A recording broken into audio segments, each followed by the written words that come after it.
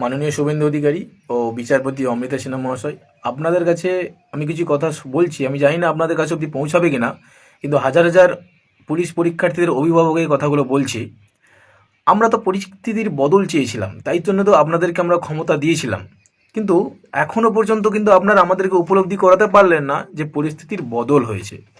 একবার ভেবে দেখুন তো, সেই আপনারা ধর্ম ও ভাতাকে প্রাধান্য দিয়ে শিক্ষা ব্যবস্থাকে অন্ধকারে অন্ধকারে ঠেলে দেওয়ার চেষ্টা করছেন। আপনি বারংবার বলছেন, শুনতে পাচ্ছি যে 14,000 কনস্টেবল ট্রেনিং করে বসে আছে, আপনি তাদেরকে পুজোর আগে জয়েনিং দেবেন। আপনি স্পষ্ট করে বলুন তো, কোন 14,000 কনস্টেবলের কথা বলছেন? কারণ আমাদের কোনো এখনো পর্যন্ত ট্রেনিং হয়নি, এবং আমরা 14,000 কনস্টেবল নই, আমরা 12,000 কনস্টেবল ছিলাম, এবং যাদের শুধুমাত্র ইন্টারভিউ শেষ হয়েছিল। আপনি কি কেস সম্পর্কে অবগত নন? যদি কেস সম্পর্কে অবগত হয়েও বা থাকেন, তাহলে আপনি কেন আপনার সিনিয়র উকিল পাঠাচ্ছেন এবং কেসটাকে দ্রুত নিষ্পত্তি করার চেষ্টা করছেন না?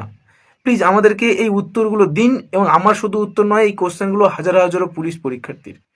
একবার ভেবে দেখুন তো, ইলেকশনে তো হাজারো কেস হয়, তা সত্ত্বেও কিন্তু আজকে আপনি মুখ্যমন্ত্রী তো পেয়েছেন।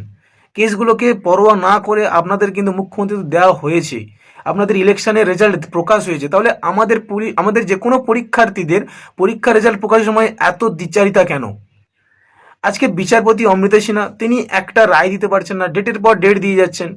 বিচারপতিদের নিয়োগ প্রক্রিয়া যদি পরীক্ষার মাধ্যমে হতো, তাহলে আজকের অমৃতা সিনহা ফিল করতে পারতো যে যদি পরীক্ষার পরে রেজাল্ট প্রকাশ না হয়, তাহলে কতটা কষ্টের মধ্য দিয়ে একটা পুলিশ পরীক্ষার্থী শুধু নয়, তার পরিবারকেও কতটা স্ট্রাগল এবং কতটা কষ্টের মধ্য দিয়ে যেতে হয়। আজকে যদি আপনি রায় দিতে না পারেন, অনেস্টলি বলছি, আমি শুধু নয়, আমার মতন হাজারো হাজারো পরীক্ষার্থী বলছে আপনি পদত্যাগ করে নিন, আমরা আপনাকে ফুলের মালা দিয়ে বরণ করে নেবো। বিশ্বাস করুন, না পারলে ছেড়ে দিন। আপনাদের কি কানে এই যে এত স্টুডেন্টের কান্না একবারও পৌঁছায় না? একবারও পৌঁছায় না? আপনারা সামান্য সিভিক ভলেন্টিয়ার এনএভিএফ, যারা আপনারা সো কল বলছেন আপনাদেরকে সার্ভ করে আসছে বছরের পর বছর, আপনারা তাদের জন্যে একটা পুরো প্যানেলকে আটকে রেখে দিয়েছেন, যেখানে হাজারো পরীক্ষার্থীর শুধু তাদের ভবিষ্যৎ নয়, তাদের পুরো ফ্যামিলির ভবিষ্যৎ দাঁড়িয়ে আছে।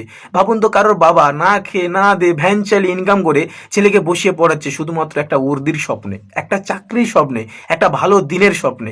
সেই যদি না আপনারা ভালো দিন দিতে না পারলেন, তাহলে সেই ভালো দিনের স্বপ্নে আপনাদের পরিবর্তন আমরা কেন চাইলাম? এবং বাকি রইল আন্দোলন। আপনারা তো আন্দোলনে কোনো পারমিশনই দেন না, কারণ আমরা 5th আগস্ট আন্দোলন চেয়েছিলাম, আপনারা পারমিশন দিলেন না 15ই আগস্টের অজুহাত দেখিয়ে। তাহলে আপনারা বলুন, আপনারা আন্দোলনও করতে দেবেন না, সেই শান্তিপূর্ণ আন্দোলন, আমরা তো কোনো জনরোষ চর্দি করতে চাইছিলাম না, শান্তিপূর্ণ আন্দোলন করতে দেবেন না, তার সাথে রেজাল্টও পাবলিশ করবেন না। তাহলে শিক্ষা ব্যবস্থার ভবিষ্যৎ কোথায় যাবে? আপনারা শিক্ষা ব্যবস্থার ভবিষ্যতের মেরুদণ্ড ভেঙে দিচ্ছেন, এবং রাষ্ট্রের গণতন্ত্র কোথায়? মনে রাখবেন শুভেন্দু অধিকারী মহাশয়, মাননীয় মুখ্যমন্ত্রী শুভেন্দু অধিকারী মহাশয়, মনে রাখবেন, যখন দেওয়ালে পিঠ ঠেকে যায়, যখন কিছু করার থাকে না, তখন না আর